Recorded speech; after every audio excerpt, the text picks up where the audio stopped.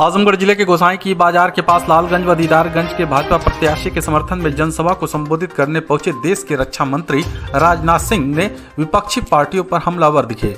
चुनावी जनसभा को संबोधित करते हुए रक्षा मंत्री राजनाथ सिंह ने कहा कि आप लोग संकट लीजिए कि इस बार के चुनाव में यूपी में न बुआ चलेंगी न बबुआ, यूपी में चलेगा तो सिर्फ बाबा। केंद्रीय मंत्री का कहना है कि 5 वर्ष के कार्यकाल में लगातार भाजपा ने विकास काम किए हैं और इसी के दम पर हम जनता के बीच जा रहे हैं। जिला मुख्यालय से लेकर ब्लॉक हेडक्वार्टर तक पक्की सड़कों से जुड़ गए हैं। राजनाथ सिंह ने कहा कि जब प्रदेश में कानून व्यवस्था ठीक होगी और प्रदेश में कानून का शासन होगा तो प्रदेश का विकास योगासन करता नजर आएगा। इसलिए आज प्रदेश में विकास योगासन करता नजर आ रहा है। जनता से सवाल करते हुए कहा कि आप लोगों को पता है कि योगासन कितने प्रकार के होते हैं। जवाब देते हुए कहा कि 84 प्रकार के योगासन होते हैं, जिसमें से 83 पर हम काम कर रहे हैं, एक विपक्ष के लिए छोड़ दिया है। इसलिए आज विपक्ष सिर्फ शीर्षासन करता नजर आ रहा है। गन्ना किसानों को संबोधित करते हुए कहा कि सरकार बनने के बाद 14 दिन के भीतर गन्ना किसानों को भुगतान किया जाएगा। केंद्रीय मंत्री ने कहा कि पूर्व की सरकारों में घोटाले होते थे, चाहे प्रदेश में सपा की सरकार रही हो या बसपा की सरकार रही हो, पर भाजपा के राज में कोई भी घोटाला नहीं हुआ। भाजपा सरकार संवेदनशील सरकार है। केंद्रीय रक्षा मंत्री राजनाथ सिंह ने यूक्रेन में फंसे स्टूडेंट के सवाल पर कहा कि यूक्रेन में फंसे सभी स्टूडेंट को हमारी सरकार निःशुल्क लाएगी। रात में ही कई खेप आ चुकी हैं। पड़ोसी राष्ट्रों की एयर स्ट्रिप पर परमिशन लेकर हम बच्चों को लेकर आएंगे और यह हमारी जिम्मेदारी है। राजनाथ सिंह ने कहा कि आज़ादी के 75 वर्ष बाद भी जात पंथ व मजहब की राजनीति हो रही है, जो देश के लिए दुर्भाग्य है। आज स्वस्थ राजनीति की जरूरत है। आज इंसाफ और इंसानियत की राजनीति की जरूरत है। उन्होंने कहा कि इस बार भी हम 2017 के जितनी सीटें लेकर आ रहे हैं और सरकार बनाएंगे। जनता से वादा करते हुए कहा कि यूपी में सरकार बनती है तो होली व दीपावली पर 1 सिलेंडर मुफ्त दिया जाएगा।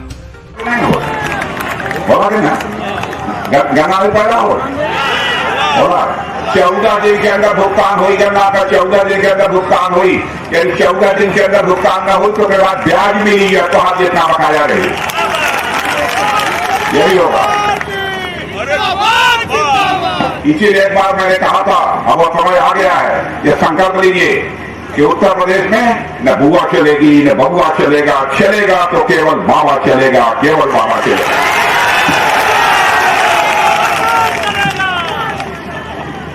अब ऐसा भाइयों, विकास बहुत तेजी से हो रहा है, बहुत तेजी से विकास हो रहा है।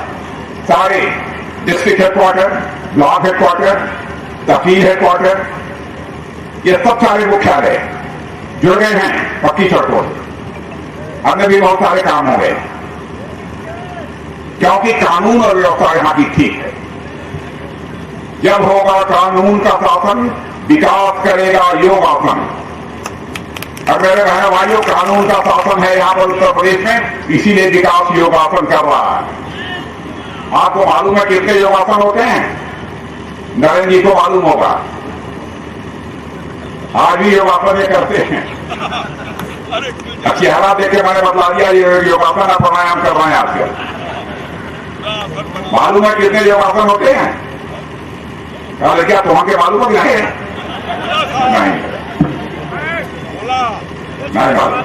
योगासन 84 होगा। तो उत्तर प्रदेश में 84 में 83 योगासन से विकास कर रहा था। एक योगासन हम विपक्ष के लिए छोड़ देंगे। अजानत हुआ कमल योगासन हम विपक्ष के लिए छोड़ देंगे। शीर्षासन हम यहां कह देंगे, शीर्षासन विपक्ष करेगा। भाइयों, उत्तर प्रदेश तेजी के साथ आगे बढ़ रहा है। मैं समाजवादी पार्टी की याद दिलाना चाहता हूं। खनन घोटाला, सब तो सब एम्बुलेंस घोटाला भी समाजवादी पार्टी के शासनकाल में हुआ था।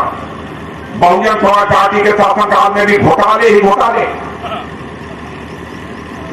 रिवर फ्रंट का भी एक घोटाला हुआ था समाजवादी पार्टी के शासनकाल में।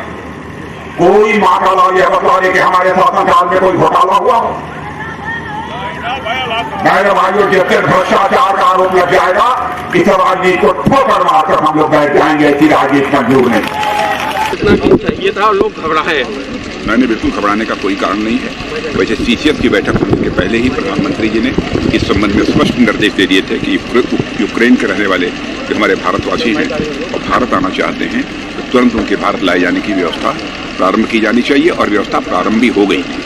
CCS की बैठक में उन्होंने उसकी समीक्षा भी की और उन्होंने कहा कि नंबर ऑफ प्लेन्स यानी प्लेन्स की संख्या पड़ोसी राष्ट्रों में, क्योंकि यूक्रेन में हम लैंड नहीं कर सकते, तो जो पड़ोसी जो राष्ट्र हैं उन राष्ट्रों में एयर स्ट्रिप पर वहाँ की गवर्नमेंट की परमिशन भी लेनी पड़ती है।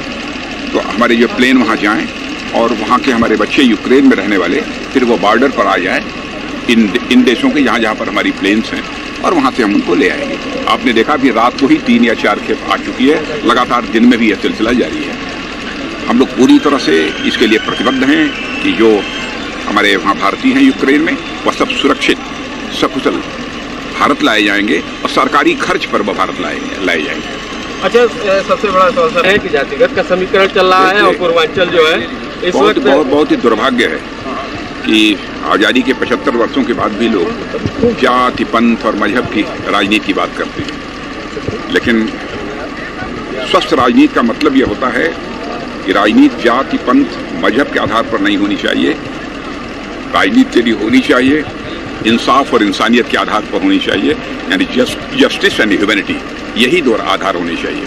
अखिलेश यादव बार बार कहते हैं कि जितना बीजेपी के नेता बड़े उतना बड़ा झूठ, जितने छोटे उतना छोटा झूठ। अब वो बोल सकते हैं, मैं उनके बारे में नहीं बोलता हूँ। तो जिस तरीके का समीकरण लगाया जा रहा है और जिस तरीके से गुमराह किया जा रहा है उस पर भी तो आप कह सकते हैं सर कि आपकी जो जनता है, आपका जो वोटर है। मैंने जो कहना था सार्वजनिक सभा में मैंने बतला दिया लोगों को, वो तो क्रिस्टल क्लियर है, कहीं कुछ छिपाने। कितना मानना है यूपी में आपकी सीटें आ रही हैं सर? मुझे लगता है कि 2017 के चुनाव में जितनी सीटों पर हमको विजय प्राप्त हुई थी, कमोबेश उतनी ही सीटों पर इस चुनाव में भी विजय प्राप्त होगी।